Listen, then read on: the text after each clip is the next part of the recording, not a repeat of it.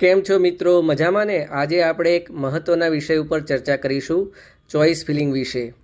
તો આ વિડીયો તમે અંત સુધી નિહાળશો જેથી તમને બહુ જ સારી રીતે સમજણ પડશે.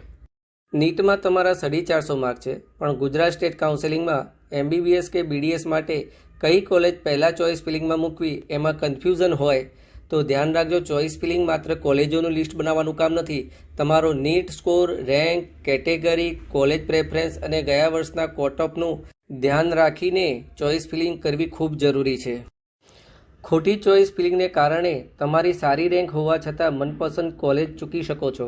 એટલે પહેલાં ગવર્મેન્ટ, GMARS, ગ્રાન્ટીનેડ અને પ્રાઇવેટ કોલેજની પ્રાયોરિટી નક્કી કરો.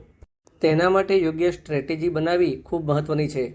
તમને ગુજરાત સ્ટેટ MBBS અને BDS ચોઇસ ફિલિંગમાં પર્સનલ ગાઈડન્સ જોઈએ છે તો આજે જ અમારો સંપર્ક કરો.